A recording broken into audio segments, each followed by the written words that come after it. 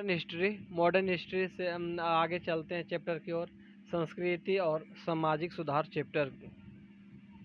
आर्य समाज किसके विरुद्ध है? तो धार्मिक अनुष्ठान और मूर्ति पूजा के विरुद्ध है। स्वामी दयानंद सरस्वती द्वारा 1875 ईस्वी में बम्बई में आर्य समाज की स्थापना की गई तथा 1877 ईस्वी में इसका मुख्यालय लाहौर बनाया। इन्होंने हिंदू धर्म को प्रतिष्ठित करने के लिए 10 सिद्धांत की स्थापना की जो निम्नलिखित है। नंबर 1, सत्य केवल वेदों में निहित है, इस कारण वेदों का अध्ययन परम आवश्यक है। नंबर 2, वेद मंत्रों के आधार पर हवन किया जाना चाहिए। नंबर 3, मूर्ति पूजा का विरोध। नंबर 4, अवतारवाद एवं धार्मिक यात्राओं का विरोध। नंबर 5, कर्म सिद्धांत एवं अवगमन सिद्धांत का समर्थन। 6, निराकार ईश्वर की एकता में विश्वास। 7, स्त्री शिक्षा में विश्वास। नंबर 8, विशेष परिस्थितियों में विधवा विवाह की स्वीकृति। नंबर 9, बाल विवाह एवं बहु विवाह का विरोध। 10, हिंदी तथा संस्कृत भाषा का प्रचार।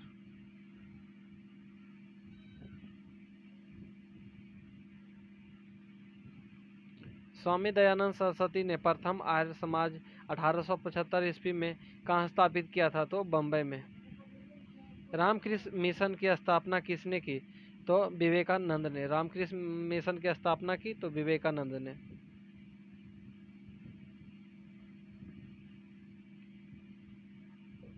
रामकृष्ण मिशन की स्थापना 1896 ईस्वी में बेल्लूर में स्वामी विवेकानंद ने की थी।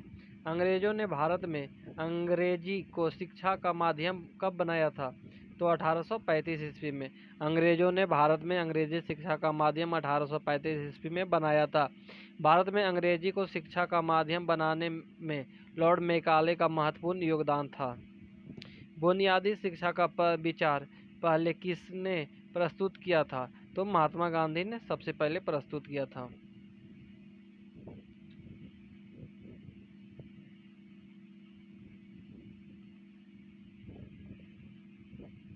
बुनियादी शिक्षा का विचार महात्मा गांधी ने अपनी वार्धा योजना 1937 में प्रस्तुत की थी।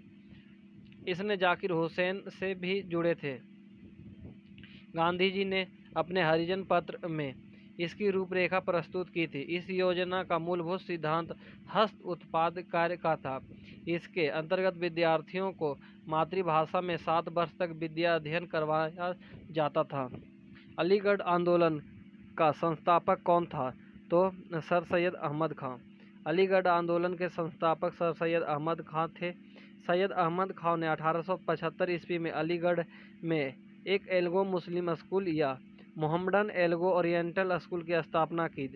1920 ईस्वी में यही अलीगढ़ मुस्लिम विश्वविद्यालय के रूप में स्थापित हो गया और अहमद खान ने 1865 ईस्वी में साइंटिफिक सोसाइटी की स्थापना की थी।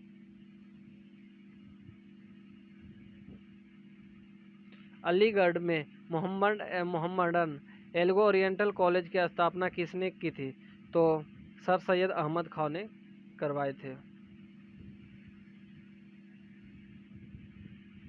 सर सैयद अहमद खान के विषय में क्या सत्य नहीं है?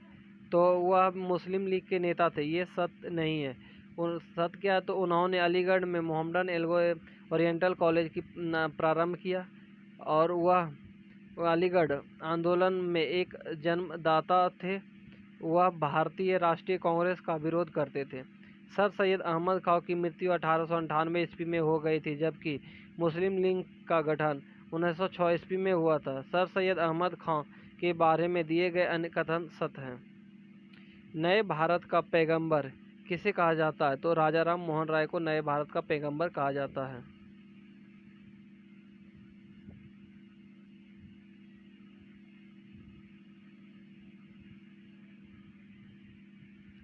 राजा राम मोहन राय को भारतीय पुनर्जागरण का पिता तथा भारतीय राष्ट्रवाद एवं नए भारत का पैगंबर कहा जाता है। निम्नलिखित में से भारतीय पुनर्जागरण का जनक माना जाता है? तो राजा राम मोहन राय को भारतीय पुनर्जागरण का जागरण माना जाता है।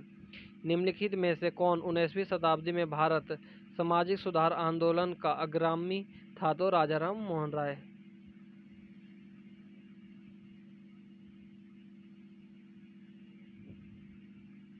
राजा राम मोहन राय भारत में सामाजिक सुधार आंदोलन के अग्रणी थे। इन्होंने ही सती प्रथा, पर्दा प्रथा, बाल विवाह का विरोध किया तथा उसका अंत करवाया। इन्होंने बर्मा समाज की स्थापना 1828 ईस्वी में और बहुदेववाद का विरोध किया।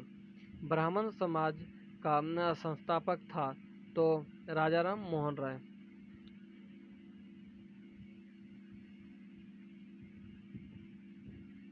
प्रार्थना समाज का संस्थापक कौन था? तो आत्माराम पांडुरंग। 1867 ईस्वी में केशव चंद्र सेन की प्रेरणा से बम्बई में प्रथम प्रार्थना समाज की स्थापना की। इसके प्रमुख संस्थापक डॉक्टर आत्माराम पांडुरंग एवं महादेव गोविंद रानडे थे। प्रार्थना समाज का प्रमुख उद्देश्य जाति पाति का विरोध, पुरुष स्त्री में विवाह की आयु में वृद्धि, विधवा विवाह और स्त्री शिक्षा आदि को चालू करवाया। स्वामी दयानंद सरस्वती का मूल नाम क्या था? तो मूल शंकर था। स्वामी दयानंद सरस्वती का मूल नाम क्या था? तो मूल शंकर था।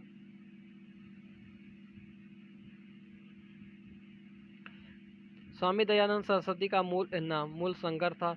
इनका जन्म 1824 ईस्वी में गुजरात के मेरोबी रियासत में हुआ। इन्होंने 1875 ईस्वी में बम्बई में आर्य समाज की स्थापना की और वेदों की ओर लौटो का नारा दिया। निम्नलिखित में से किसके मुख्य प्रयास से सती प्रथा का उन्मूलन हुआ? तो राजा राम मोहन राय के प्रयास से। राजा राम मोहन राय के मुख्य प्रयास से ही सती प्रथा का उन्मूलन हुआ। उनके द्वारा 1818 ईस्वी में इसके विरुद्ध व्यापक अभियान चलाया गया, जिनके परिणाम स्वरूप गवर्नर जनरल बेंटिंक ने 1829 ईस्वी में कानून बनाकर नियम 17 के द्वारा सती प्रथा का प्रतिबंध लगा दिया। प्रारंभ में यह बंगाल प्रेसिडेंसी में लागू था, पर 1830 ईस्वी में इसे बम्बई और मद्रास प्रेसिडेंसी में भी लागू कर दिया। वर्ष 1829 ईस्वी में सती प्रथा को समाप्त करने में किसका योगदान था? तो लॉर्ड बेंटिंक का।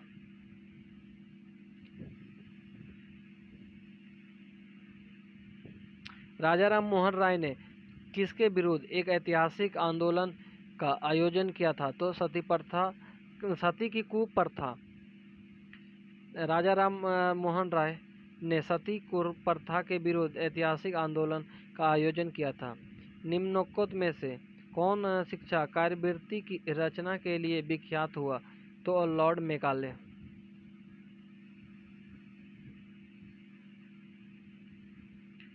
शिक्षा कार्यवृत्ति की रचना के लिए लॉर्ड मेकाले ने विख्यात हुआ। मेकाले के हस्तक्षेप के बाद ही शिक्षा पर उठे आंग्ल पश्चात विवाद का हल किया जा सका। गांधी जी ने सांप्रदायिक पुरस्कार का विरोध क्यों किया और इसका कारण क्या था? तो हिंदू समाज में मतभेद उत्पन्न कर देगा, इसके कारण उन्होंने सांप्रदायिक पुरस्कार का विरोध किया।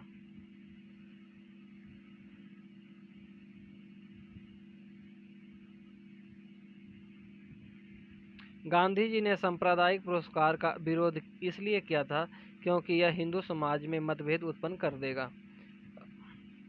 रॉयल सोसाइटी ऑफ लंदन का फेलो बनने वाला सबसे पहला भारतीय कौन था? तो SC. Wadia. Royal society of London का फेलो बनने वाला पहले भारतीय 1837 ईस्वी में ए.डी. बाडिया थे। निम्नलिखित में से वह आयोग कौन सा है जिसने सबसे पहले भारत में प्राथमिक एवं माध्यमिक शिक्षा पर ध्यान दिया? तो यह चार्ल्स आयोग।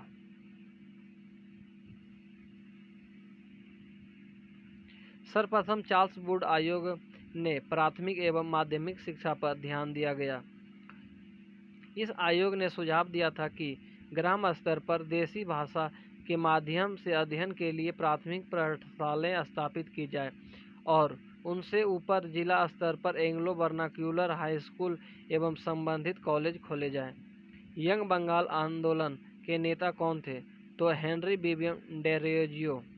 यंग बंगाल आंदोलन के प्रमुख नेता हेनरी बिबियन डेरोजियो थे। इनकी रचनात्मक प्रतिभा के कारण इसे आधुनिक भारत का प्रथम राष्ट्रवादी कवि माना जाता है। इन्हें भारत का मेजनी भी कहते हैं।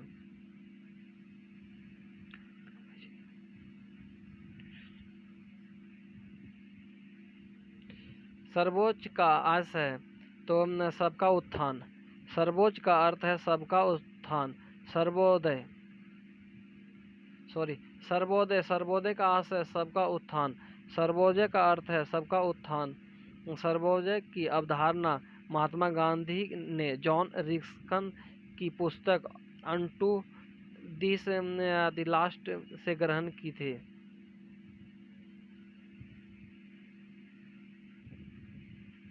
रॉयल एशियाटिक सोसाइटी के संस्थापक कौन थे? तो sir William Jones. Royal Asiatic Society की स्थापना पर विलियम जोन्स ने 1784 ईस्वी में कलकत्ता में की थी। बंगाल की एशियाटिक सोसाइटी 1784 ईस्वी में स्थापित किया था तो सर विलियम जोन्स ने।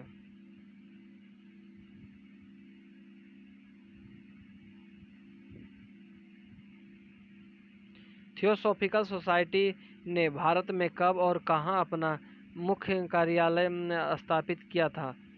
तो 1882 में अडयार में। थियोसॉफिकल सोसाइटी की स्थापना 1875 ईस्वी में न्यूयॉर्क में एक रूसी महिला ब्लास्विक और एक अमेरिकन सैनिक अफसर कर्नल अलकॉट द्वारा की गई थी। थियोसॉफिकल सोसाइटी के संस्थापक भारत में 1879 ईस्वी में पहुँचे थे। उनके द्वारा 1882 में मद्रास के पास अडयार में सोसाइटी का मुख्यालय स्थापित किया गया।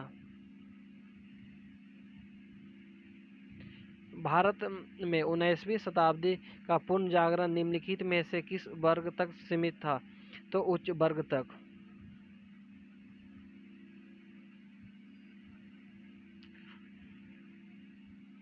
भारत में 19वीं शताब्दी तक पुनर्जागरण उच्च मध्य वर्ग तक सीमित था।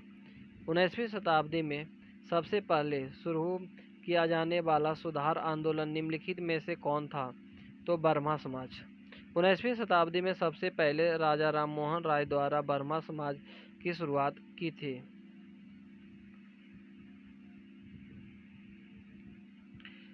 भारतीय विश्वविद्यालय अधिनियम 1904 किस वायसराय के प्रभुत्व में पारित किया गया? तो लॉर्ड कर्जन के देखरेख में। भारतीय विश्वविद्यालय अधिनियम 1904 लॉर्ड कर्जन के वायसराय काल 1899 से 1905 के बीच के दौरान पारित किया गया। 1904 ईस्वी में थॉमस रेले आयोग के सिफारिश के मद्देनजर भारतीय विश्वविद्यालय अधिनियम पारित किया गया। इस अधिनियम को राष्ट्रवादी तत्वों ने कड़ी आलोचना की थी।